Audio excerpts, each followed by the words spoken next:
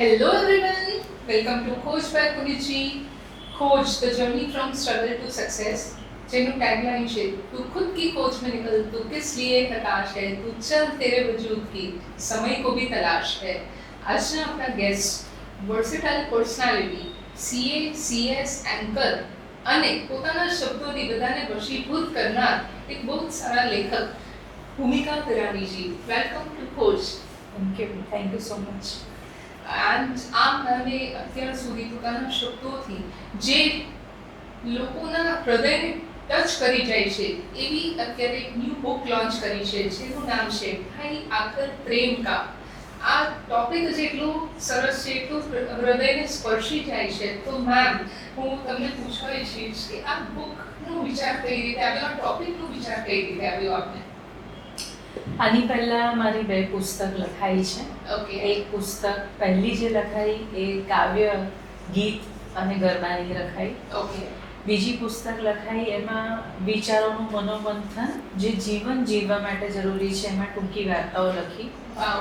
અને એ બીજી પુસ્તક વખતે જ એવું નક્કી કર્યું હતું કે મારા ગમતા વિષય છે પ્રેમ અને કૃષ્ણ. તો હવે પછીની પુસ્તક કાં તો પ્રેમ પર આવી જોઈએ અને કાં તો કૃષ્ણ પર આવી જોઈએ. જી. કૃષ્ણનો વિષય બહુ વિશાળ છે એટલે હજી આવતા વાર લાગશે, રાઈટ. પણ એના પરથી મને પ્રેમ પર પુસ્તક લખવાનો વિચાર આવ્યો તો જે આજે સૌ સમક્ષ પહોંચી છે. બિલકુલ બિલકુલ. આ ટોપિક જ એવું છે ને, કૃષ્ણ, કણ કણમાં કૃષ્ણ છે. આ ટોપિક જ એટલું અટેચમેન્ટ વાળું છે ને, કણ કણમાં કૃષ્ણ છે. કૃષ્ણ હોય ત્યાં પ્રેમ ના હોય એવું બને જ નહીં. સો તમારા મનમાં પ્રેમ વિશે શું પરિભાષા છે? પ્રેમ શું છે? પ્રેમની વ્યાખ્યા લેખકો કે કવિયત્રીઓએ તો ઘણી આપી, એ સિવાય જે સામાન્ય માણસ છે એને પણ દરેક માણસના મનમાં પોતાના પ્રેમની વ્યાખ્યા અલગ અલગ હોય છે. પણ હું એવું માનું છું કે જ્યાં સન્માન છે, જ્યાં સમર્પણ છે, જ્યાં સમજૂતી છે, એ પ્રેમ છે એવું મારું માનવું છે. સન્માન, સમજણ અને સમર્પણ. વાહ વાહ. અને તમારા પહેલા પ્રેમનો અનુભવ કેવો હતો? પહેલા પ્રેમ વિશે આમ તો કઈ વાત ન કરાય, કેમ કે એ વખતે ખબર જ ન હોય કે આ પ્રેમ છે. એક્ઝેક્ટલી. કોઈક આપણને ગમવા લાગે. એક સરસ વાક્ય મેં પુસ્તકની અંદર પણ લખ્યું છે કે કોઈનું ગમી જવું એ પ્રેમ નથી, પણ કોઈનું સતત ગમી જવું એ પ્રેમ છે. વાવ. પહેલા તો એવું હતું કે સવારે કોઈક છોકરો જોયો હોય ને આપણને એવું થાય કે આ છોકરો કેટલો સુંદર લાગે એ છે. લાઇકિંગ થઈ જાય. કોઈનો દેખાવ, કોઈનું વર્તન, કોઈના વિચારો, એનાથી આપણને કોઈક વ્યક્તિ ગમવા લાગતી હતી. પણ કદાચ અઠવાડિયા પછી બીજો છોકરો પણ ગમવા લાગે, અને ત્યારે આપણે એને પ્રેમ સમજતા હતા, પણ ખરેખર પ્રેમ નહોતો. એ મેગ્નેટિક ઇફેક્ટ એ આકર્ષણ છે. આકર્ષણ છે. એટલે પહેલો પ્રેમ તો કદાચ એવો જ હતો જે સ્કૂલમાં આપણને કોઈ વ્યક્તિ ગમવા લાગ્યું હોય એ. પણ હવે હું પ્રેમને સમજી છું એટલે હવે હું એ કહું છું કે એ પહેલો પ્રેમ નહોતો. હા, પેલું નાસ્તા શેર હા, બસ એવું જ. સાથે કરતા લાગે કે ત્યારે આપણને એવું થાય કે એ વ્યક્તિ સાથે હોય તો સમય ક્યાં જતો રહે છે ખબર નથી પડતી. એ વ્યક્તિની સાથે ક્યાંક ફરવા ગયા, પિક્ચર જોવા જતા હોય, ગ્રુપમાં બધા સાથે જતા હોય, કોઈ ફ્રેન્ડ્સ આપણને એના નામ લઈને આપણને ખીજવતા હોય, ત્યારે આપણે એવું સમજતા હતા કે આપણો પ્રેમ છે. એ ચહેરા પર એક બ્લશ થતી. પણ હવે ખરેખર એવી સમજણ પડી કે એ પ્રેમ નથી. Okay okay. અને પ્રેમ અને લગ્નમાં શું મેઇન તફાવત છે? એના વિશે મેં પુસ્તકમાં બી ખૂબ સરસ લખ્યું છે કે શું પ્રેમ એટલે લગ્ન કે લગ્ન એટલે પ્રેમ.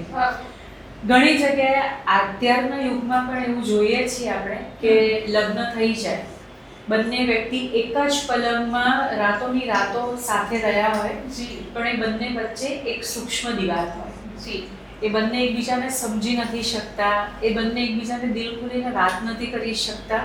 લગ્ન થયા છે, કદાચ લગ્નમાં સફળતા પણ મળી હશે, પણ એ બંને વચ્ચે પ્રેમ નથી હોતો. એક્સેપ્ટ નથી કરતા, કેમ કે એમના મનમાં પ્રેમને લઈને કંઈક અલગ વિચારો હોય કે મારો પ્રેમ આવો હોય જે એમને મળ્યો ના હોય. તમે સમાજની દ્રષ્ટિએ બાળકો હોય એટલે પણ તમે સ્વીકારી લો છો, પણ જેન્યુઅનલી સ્પીકિંગ હું એને પ્રેમ નથી માનતી. અને ઘણીવાર એવું થાય છે કે આપણે કોઈ એક વ્યક્તિને ખૂબ પ્રેમ કરતા હોઈએ, કદાચ એની સાથે આપણા લગ્ન ન પણ થયા હોય, તો પ્રેમ એટલે લગ્ન કરવા એ પણ જરૂરી નથી.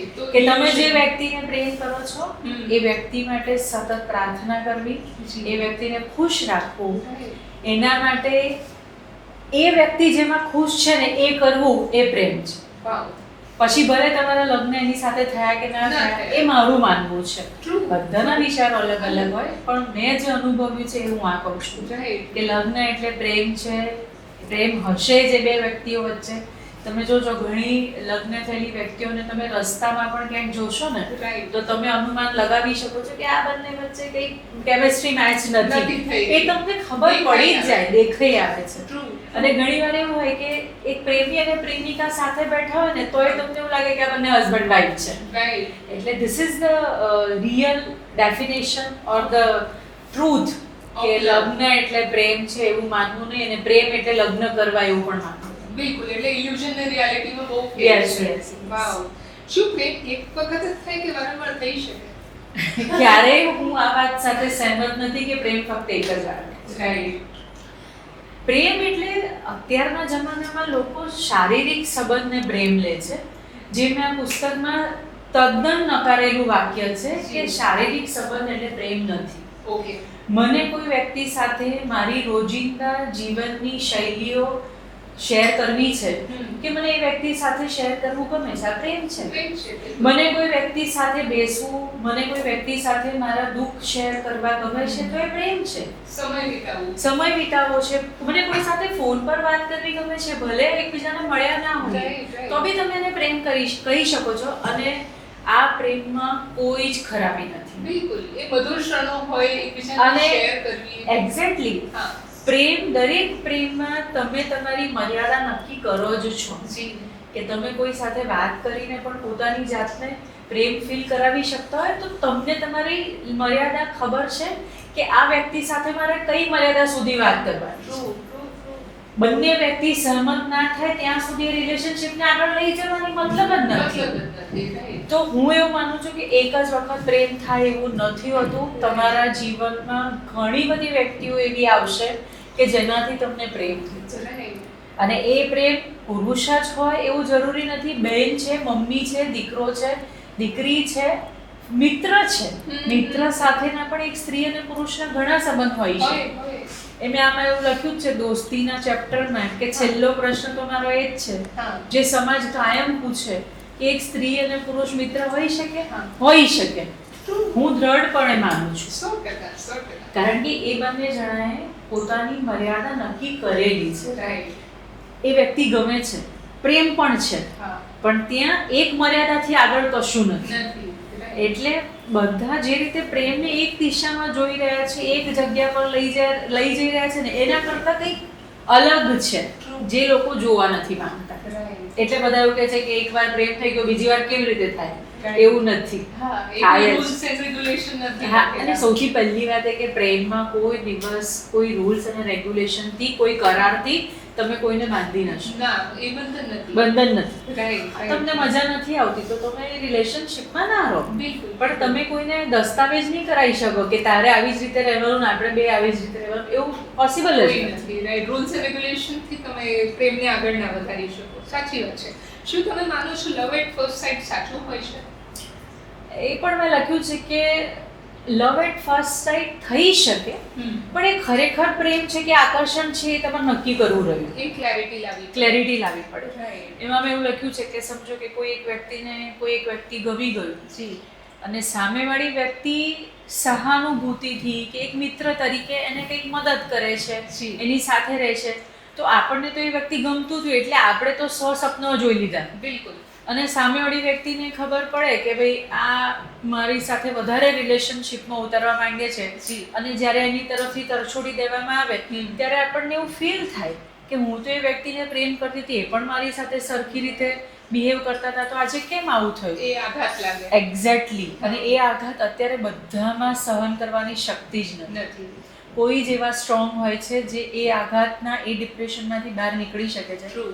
મેક્સિમમ લોકો સુસાઇડ કરે છે તો ભણતરના લીધે બચ્ચાઓ અને જુવાનો પ્રેમના બ્રેકઅપના લીધે Depressionમાં ડિપ્રેશનમાં આવી જાય અથવા આવું પગલું ભરે. રાઈટ. તો આનું કારણ જ એ છે કે તમે એવું માનો છો કે તમને પહેલી નજરે આ વ્યક્તિ ગમી ગયો, પણ તમે નક્કી કરો થોડા સમયમાં કે આ પ્રેમ ખરેખર છે કે આકર્ષણ છે. રાઈટ. જો તમારી સાઈડથી પ્રેમ હોય અને તમે એમાં આગળ વધવા માંગતા હોવ તો પહેલા સામેવાળા વ્યક્તિના મનમાં શું છે એ પહેલા વિચારીને સમજી પૂછીને પછી આગળ વધો તો દુઃખી નહીં થાય. 100%. બહુ જ એક સારું લેસન છે બધા પ્રેમીઓ માટે કે પહેલા પારખી લો કે સામેવાળો વ્યક્તિ પ્રોપર છે કે નહીં. એક્ઝેક્ટલી. ઓકે, સારા સંબંધમાં સૌથી અગત્યની વાત શું છે? કોઈ પણ સંબંધ સાચવી રાખવા હોય ને તો મારા માટે એકબીજાને સમય આપવો. ઓકે. અત્યારે સૌથી મોટો ઝઘડો કે સૌથી મોટું જે અવરોધક છે ને એ એકબીજાને સમય નથી આપી શકતા. તમે સમય નથી આપતા એટલે મિસઅન્ડરસ્ટેન્ડિંગ વધતી જ જાય છે. બીજું, એકબીજાની થોટ પ્રોસેસને સમજીએ. સમય આપશો તો સમજી શકવાના છો અને સમજી શકશો તો તમે એનું સન્માન કરશો. એટલે સમય આપી સમજીને સન્માન કરતા શીખ્યા ને તો મારા મત મુજબ એ સંબંધ સચવાયેલા રહેશે. શું વાત છે, આ પ્રેમનું જે સુરીલા સો આયા એ મને બહુ ગમે. કાયમ હું કહું છું કે જો સમજીશું નહીં ને તો મિસઅન્ડરસ્ટેન્ડિંગ વધતી જ જવાની છે. અને જ્યાં મિસઅન્ડરસ્ટેન્ડિંગ વધે છે ને એ કોઈ પણ સંબંધ હોય, મમ્મી પપ્પાનો હોય કે હસબન્ડ વાઈફનો હોય, એ સંબંધ ક્યારેય સચવાતા નથી. ઓકે. શું તમે ક્યારે દિલ તૂટવાનો અનુભવ થયો છે? ઘણીવાર. ઓકે. કેમ કે પ્રેમ ઘણીવાર કરી શકીએ તો દિલ પણ ઘણીવાર તૂટી શકે. લો ઓફ નેચર છે. હા, અને દિલ તૂટવાનો અનુભવ કદાચ દીકરા અને મમ્મીના સંબંધમાં પણ થાય છે કે તમે દીકરા માટે ઘણું બધું કરતા હોય, તમને એવું હોય કે મારા દીકરા માટે હું આટલું વિચારું છું તો એ પણ મારા માટે કંઈક વિચારે, એ મારું સાંભળે અને ન સાંભળે તો દિલ તૂટે. એટલે દિલ તૂટવાનો ખાલી સ્ત્રી અને પુરુષના સંબંધમાં અનુભવ થાય કે પ્રેમ તૂટ્યાનો ખાલી સ્ત્રી અને પુરુષના સંબંધમાં અનુભવ થાય એવું નથી. હસબન્ડ અને વાઈફ, મારા હસબન્ડ સાથે પણ ઘણીવાર એવું થાય કે મેં આટલો બધો પ્રેમ આપ્યો, ક્યારેક તમને એ એક્સપેક્ટેશન પ્રમાણે રિવોર્ડ ન મળે. પણ આ બધું છે ને પહેલા હતું, હવે હું એવું શીખી ગઈ છું કે હું ખાલી પ્રેમને આપીશ જ. મેં પુસ્તકના કવર પેજમાં પણ ગીત લખ્યું છે, એમાં એવું જ લખ્યું છે કે પ્રેમ ક્યારેય નહીં સમજાય, ફક્ત આપતા શીખશો ને ત્યારે જ તમને પ્રેમ સમજાય. ઓકે. હવે એક્સપેક્ટેશન હું એટલી નથી રાખતી કે હું આને આટલો પ્રેમ કરું છું તો એની પાસેથી મને આ મળે. એટલે દિલ તૂટવાની જે હતું ને વધારે ફ્રીક્વન્સી એ હવે ઓછી અનકન્ડિશનલ લવ. એક્ઝેક્ટલી. હવે એ તરફ આગળ વધી રહી છે. વાવ. તમારા જીવનમાં પ્રેમ કઈ રીતે બદલાવ લાવ્યો? તમને સાચો પ્રેમ કરવાવાળી વ્યક્તિ મળી જાય ને તો મારું એવું માનવું છે કે દેખાવથી લઈને વર્તન બધામાં પરિવર્તન આવે. તમને કોઈ એવું લાગે ને કે મને આ વ્યક્તિ પ્રેમ કરે છે, ખરેખર સાચો પ્રેમ કરે છે, તો તમને એવું થાય રોજ સવારે કે આજે હું સરસ સુંદર લાગુ, તૈયાર થવું, તૈયાર થઈને એને મળું, તમારી હેરસ્ટાઈલ, તમારું લુક બધું તમે ચેન્જ કરો, તમારો વિચાર, તમારું વર્તન, સારા શબ્દો વાપરીએ, સારી મીઠી વાતો કરીએ એની સાથે, કોઈની પણ સાથે કે ભાઈ ના હું આને પ્રેમ કરું છું, તો એનું જે તમારું અંદરનું જે ઇન્ટિમસી હોય કે ખુશી હોય ને, તમે જો માણસ ખુશ હોય ને તો એના મોઢામાંથી કોઈ અપશબ્દ નથી નીકળતા, એ કોઈ ગાળાગાળી નથી કરતો. તો તમે ખુશ છો કેમ કે તમને તમારો પ્રેમ મળી રહ્યો છે, તમને એક વ્યક્તિ પ્રેમ કરવા વાળી છે. આવી કોઈ એક વ્યક્તિ મળી જાય તો મારું એવું માનવું છે કે તમારા દેખાવથી લઈને તમારા વર્તનમાં બધો જ ફેરફાર, રોનક જ બદલાઈ જાય. રોનક. ઘણીવાર આપણે એવું કહીએ છીએ કે કોઈને જોઈએ બહુ ખુશ લાગે છે, કોઈ પ્રેમ કરવા વાળી વ્યક્તિ મળી ગઈ, આપણે એવું પૂછીએ પણ છે. એટલે પ્રેમ તમારા જીવનમાં બદલાવ લાવે. તમે બધાની સાથે એક અન્ડરસ્ટેન્ડિંગ થી વાત કરતા શીખો, લોકોના વિચારોને સમજતા શીખો. આ બધી જ વસ્તુ પ્રેમથી બદલાય છે એવું માનવું છે. સરસ, બહુ સરસ. પ્રેમ માટે તમે શું ત્યાગ કર્યો? ઓલમોસ્ટ કઈ નહીં, થોડો નેચર બદલ્યો. ઓકે. હા, સ્વભાવ બદલ્યો. જી. એ મારું માનવું છે કે એક રિલેશનશિપ કે કોઈ સંબંધ કે પ્રેમમાં જો તમારે ખરા ઉતરવું છે અને સંબંધ સાચવી રાખવો છે તો બંને પક્ષથી થોડી લેટગોની ભાવના જોઈએ, તો જ સંબંધ સચવાય. એટલે કોમ્પ્રોમાઇઝ, યસ. લેટગોમાં ઘણીવાર મને એવું હોય કે આજે આ વ્યક્તિ મને મળવું જોઈએ, મારો સ્પેશિયલ દિવસ છે, જી. પણ એ વ્યક્તિ ના મળે તો હું એની સાથે ઝઘડો કરીશ તો કદાચ સંબંધ ચરણ પર આવી જશે. પણ મેં ઝઘડો ના કરીને એવું વિચાર્યું કઈ વાંધો નહીં, આજે નથી મળ્યો, 2 દિવસ પછી મળશે. તો આ જે છે ને એ સ્વભાવમાં બદલાવ લાવવો પડે છે. એ જ ત્યાગ, બીજો કોઈ ત્યાગ ને પ્રેમને મેળવવા માટે નથી. બહુ જ સરસ. શું તમારા પ્રેમને પરિવાર દ્વારા સ્વીકાર મળ્યો? એક્ઝેક્ટલી મળ્યો છે. ઓકે. પરિવાર દ્વારા, પરિવારના બધા લોકોને એવી ખબર છે કે હું જેટલી વ્યક્તિઓને પ્રેમ કરું છું ને એમાં કોઈ ભાઈ પણ હોય, કોઈ બેન છે, કોઈ મિત્ર છે, ઓકે. જેની સાથે મારા બ્લડ રિલેશન્સ નથી, તેમ છતાં મારા પરિવારે એ બધા જ પ્રેમનો સ્વીકાર કર્યો છે. ઓકે. મારી દીકરી પણ બનાવી છે, મારો એક સન છે, ઓકે. અને દીકરી હું પ્રોફેસર તરીકે ભણાવતી ત્યાંથી બનેલી છે, તો એને 10 વર્ષ થયા. તો 10 વર્ષથી હું તો દીકરી મનાઈ લઉં, પણ મારા હસબન્ડે પણ એને દીકરી સમજવી, મારા સને પણ એને સિસ્ટર સમજવી, ઇટ ઇઝ વેરી ડિફિકલ્ટ. પણ એ પ્રેમ હતો અને મારા પરિવારે એને સ્વીકાર્યો. એવી રીતે ભાઈઓ પણ છે મારા એટલા સરસ, લોકો ઘરે આવે ને પરિવાર એનો સ્વીકાર કરે. મિત્ર પણ છે એટલા સુંદર. તો એનું મને આનંદ છે કે પરિવાર તરફથી મારા પ્રેમનો સ્વીકાર કરવામાં આવ્યો. એ લાગણી સાચી હતી, ભાવ સાચો હતો, એટલે કોઈએ નકાર્યું. અને બાકી યંગ એજમાં પ્રેમ થયો અને પરિવારે સ્વીકાર કરવાનું આવ્યું એવું આવ્યું નહોતું, કારણ કે ભણી છું એટલું બધું ને કે ત્યારે પ્રેમ કરવાનું સમય જ નહીં મળ્યો ને એવું કે યાદ જ ના આવ્યું કે બેટા તારે ભણવાનું છે તો ભણે જાય. એટલે ત્યારે એ ટાઈમે સીએ પ્રત્યેનો પ્રેમ હતો. હા, સીએ પ્રત્યેનો પ્રેમ હતો ને પરિવારે સ્વીકાર્યો અને પરિવારનો સાથ પણ મળ્યો. રાઈટ.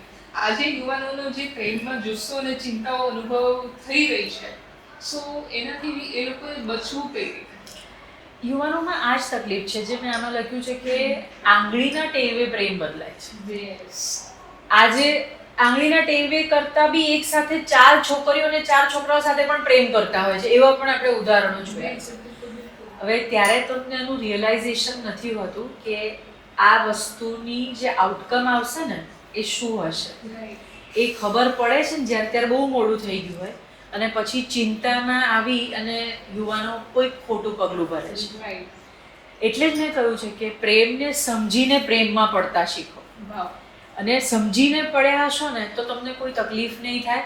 ખરેખરમાં તો પ્રેમ એક તહેવાર છે, એક ઉત્સવ છે, એક ઉજવવાની પરિસ્થિતિ છે. એના જગ્યાએ અત્યારની જનરેશનમાં પ્રેમ ટેન્શન છે, ચિંતા છે, બબાલ છે, ઝઘડો છે, આ પરિસ્થિતિ લાવી દીધી છે. અને બ્રેકઅપને લોકો સેલિબ્રેટ કરે છે, મહેંદી મુકાવે છે, ટેટુ લગાવે છે. એટલે આઈ લાઈક કે બ્રેકઅપ એટલે તમારું દિલ તૂટ્યું છે. તમે જેની જોડે 8 વર્ષથી 10 વર્ષથી રિલેશનશિપમાં છો એ વ્યક્તિ હવે તમારી સાથે નથી, તો તમે એને સેલિબ્રેટ કેવી રીતે કરી શકો? એટલે લોકોના માઇન્ડમાં એવું છે ફ્રી થઈ ગયા, ફ્રી. ઘણી બધી જાતની રિલેશનશિપ જેન્ઝી વાળાએ બહુ બધા નામ પણ આપ્યા છે કે આ ટાઈપની રિલેશનશિપમાં આપણે રહેવાનું. સમજણ નથી પડતી અને મારે એની સમજણ પાડવી પણ નથી. પણ મારે એક વસ્તુ એ કહેવી છે કે તમે જેની પણ સાથે રિલેશનશિપમાં છો એને નિભાવવાની કોશિશ કરો. નવી નવી રિલેશનશિપ બાંધીને આગળ વધતા રહેશો તો એક પડાવ એવો આવશે કે તમે એવું કહેશો કે યાર જીવવું જ નથી, જવા દે, બહુ થાકી ગયો, હારી ગયા, થાકી ગયા. હા, એટલે જ ચિંતા, બધાને તકલીફ જ ત્યાં થાય છે કેમ કે એક્સપેક્ટેશન એ લોકોની ડિફરન્ટ છે. એક્સપેક્ટેશન પ્રમાણે એકબીજા લોકો બિહેવ કરતા નથી, એટલે બધું થાય છે. વાવ. તમે પ્રેમને 3 શબ્દોમાં વર્ણી શકો? હમણાં કીધું એ જ, સમજણ, સન્માન અને સમર્પણ. વાવ, પરફેક્ટ. શું પ્રેમ મફત હોવો જોઈએ કે માંગતો હોવો જોઈએ? મફત. મફત. શું? પ્રેમમાં કોઈ દિવસ ખરીદવાનો ન હોય. ઓકે. તમે પૈસા આપશો ત્યાં તો તમે કિંમત કરી જ જાણવાના છો. તમને એની વેલ્યુ હોય. આજે હું બ્રાન્ડેડ કોઈ વસ્તુ લઈને આવી હોઉં તો મને એની વેલ્યુ થવાની જ છે કે આ 5,000 રૂપિયા ખર્ચીને આવીશું એટલે મારે એને સાચવવું. તમને મફતમાં કોઈ અઢળક પ્રેમ આપે છે, તમારા માટે બધું જ કરવા તૈયાર થઈ જાય છે, તમારા માટે એનું આખું જીવન સમર્પિત કરે છે, જેના બદલામાં એ તમારી પાસેથી કોઈ પૈસા નથી લેતું અને પછી તમે એને સાચવી જાણો છો ને તો એ ખરેખર પ્રેમ છે. વાવ. ઓકે. સાચું પ્રેમ ઓળખવાની નિશાની શું? પ્રેમનું અંતિમ શિખર એટલે ભક્તિ. આ હું મારા ભજનના પ્રોગ્રામમાં આ સ્ટેટમેન્ટ યુઝ કરતી હોઉં છું કે તમે પ્રેમ કરતા કરતા તમે જોજો ભગવાનની માળા કરો ને તો માળા ફેરવતા ફેરવતા હાથ ક્યારેક થાકી જાય. હા બિલકુલ થાકી જ જાય. જી જી જી. માળા નથી ફેરવવી, ખાલી ફક્ત પ્રેમ કરવો જ છે. પ્રેમ કરે જ જાઓ, કરે જ જાઓ, કરે જ જાઓ, કરે જ જાઓ, અને એના અંતિમ શિખરે પહોંચો એટલે ભક્તિ આવે. બિલકુલ. હવે તમે કોઈ વ્યક્તિની જ્યારે ભક્તિ કરો છો ને, હું ઈશ્વરની વાત નથી કરતી, વ્યક્તિની વાત કરું છું. કોઈ વ્યક્તિની જ્યારે ભક્તિ કરો છો ને ત્યાં એવું સમજવું કે આ પ્રેમનું પૂર્ણ વિરામ છે. હવે આનાથી આગળ તમે એ વ્યક્તિને કંઈ જ નહીં આપી શકો. અને હું એવું ફીલ કરું છું કે મેં એવી વ્યક્તિઓ છે જેને મેં આવો પ્રેમ કર્યો છે કે જ્યાં મારું જીવન સમર્પિત છે. બિલકુલ. કે એના માટે હું કશું પણ કરવા તૈયાર છું. એ વ્યક્તિ ભક્તિ કરવી એટલે ખાલી જય શ્રી રામ જય શ્રી રામ જય શ્રી રામ બોલવું એવું નથી. ભક્તિ કરવી એટલે મનથી મનનું કનેક્શન છે. આજે હું કૃષ્ણની ભક્તિ કરું છું તો હું કઈ આખો દિવસ કૃષ્ણનું નામ નથી લેતી, હું કૃષ્ણને બોલાવતી પણ નથી, પણ મારા મનમાં એક મુશ્કેલી આવે ને એ પહેલા કૃષ્ણએ એ મુશ્કેલીને જોઈને એને હટાવી દીધી, એનું સોલ્યુશન લાવી દીધું. આ છે કનેક્ટિવિટી. અને આ લેવલ, આ સ્તર સુધી પહોંચ્યા એટલે એવું સમજવાનું કે આપણે પ્રેમને જેટલો પ્રેમ આપણે આપવો તો એટલે આપણે આપી દીધો. એ અપાર પ્રેમના સાગરમાં તમે તરી રહ્યા છો. વાવ. અને જેમ તમે કીધું કે પ્રેમ એટલે ભક્તિ, તો આપનું જે ભક્તિમય સ્વર છે એને લઈને બે લાઈન છે દર્શકો માટે, જે દ્વારિકાનું આપ કરી વશીભૂત થઈ જાય. કૃષ્ણ એટલે મારો પહેલો પ્રેમ. બિલકુલ. હું એવું નથી કહેતી કે હું કૃષ્ણ સિવાય બીજા કોઈને પ્રેમ નથી કરતી, નહીં તો ઘરવાળા બહાર કાઢી મૂકે, પણ કૃષ્ણ હોય ત્યાં સુધી હું બીજા કોઈને પ્રેમ ન કરું એવું હું કહું છું.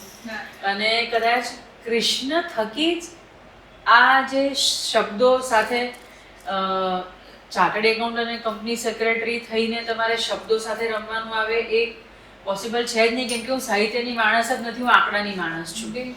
પણ આ કૃષ્ણ થકી જ આવ્યું હશે એટલે કૃષ્ણને યાદ કરીને એક સરસ મજાનું તમે કીધું એ ભજનની બે કડી. જી.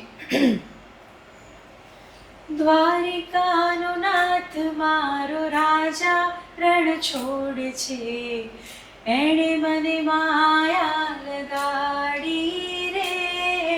દ્વારિકાનો નાથ મારો રાજા રણ છોડ છે, એણે મને માયા લગાડી રે. વાહ વાહ. કૃષ્ણમય થઈ ગયા ખોજના દર્શકો. હવે એક રેપિડ ફાયર રાઉન્ડના 3-4 ફટાફટ લઈ લઈએ ક્વેશ્ચન એવા. તમારા માટે પ્રાયોરિટી શું, પ્યાર યા કેરિયર? પ્રેમ. પ્રેમ. લોંગ ડિસ્ટન્સ યા સેમ સિટીનો પ્રેમ? Same city. Okay. Most romantic movie? Dil to પાગલ હે, કુછ કુછ હોતા હે, એ બધા એ લેવલના બધા જ પિક્ચર મને જોવા બહુ ગમે. હું જે કેટલી પણ વાર જોવાના, કોઈ દિલ વાલે દુલ્હનિયા લે જાયેંગે, કભી ખુશી કભી ગમ, આ બધા પિક્ચર મેં બહુ જ બધી વખત જોયા છે. અને મેં કોઈ દિવસ કોમેડી ફિલ્મ કે થ્રિલર ફિલ્મ હજી સુધી નથી જોઈ.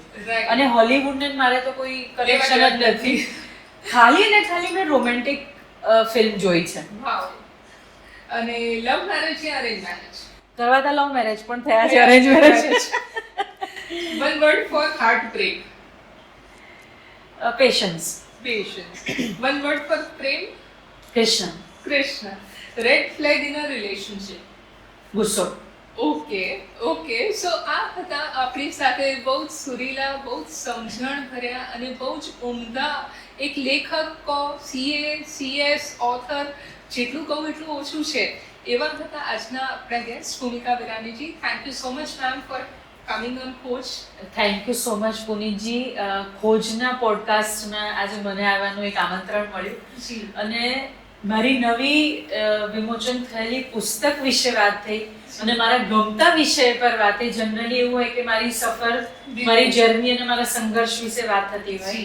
This is the first podcast કે જેમાં મારા આ પુસ્તકની વાત થઈ છે, તો મને ખૂબ મજા આવી આ વિષય પર વાત કરી. અને આ પુસ્તકને વાંચી લીધા. આખર પ્રેમ કા જે પુસ્તક છે એ ખરેખર બધાએ વાંચવી જોઈએ. આ બહુ જ ટોપિક દરેક પ્રેમ કરનારા વ્યક્તિને સમજવું જોઈએ કે પ્રેમ એકચ્યુઅલી સમર્પણ છે, પ્રેમ એકચ્યુઅલી સ્વીકાર કરવાનો એક સાચો ભાવ આ બુકમાં દર્શાવ્યો છે. સો ખોજ આવી જ રીતે તમારી વચ્ચે લાવતા રહેશે અને ફિલ્ડમાં કામ કરનારા સિતારાઓ અને તમારી લાઈફને ટ્રાન્સફોર્મ કરવાનો પ્રયત્ન કરશે. ખોજની જે ટેગલાઇન છે હું ફરીવાર કહીશ, तू खुद की खोज में निकल, तू किस लिए हताश है, तू चल तेरे वजूद की समय को भी तलाश है. Thank you so much.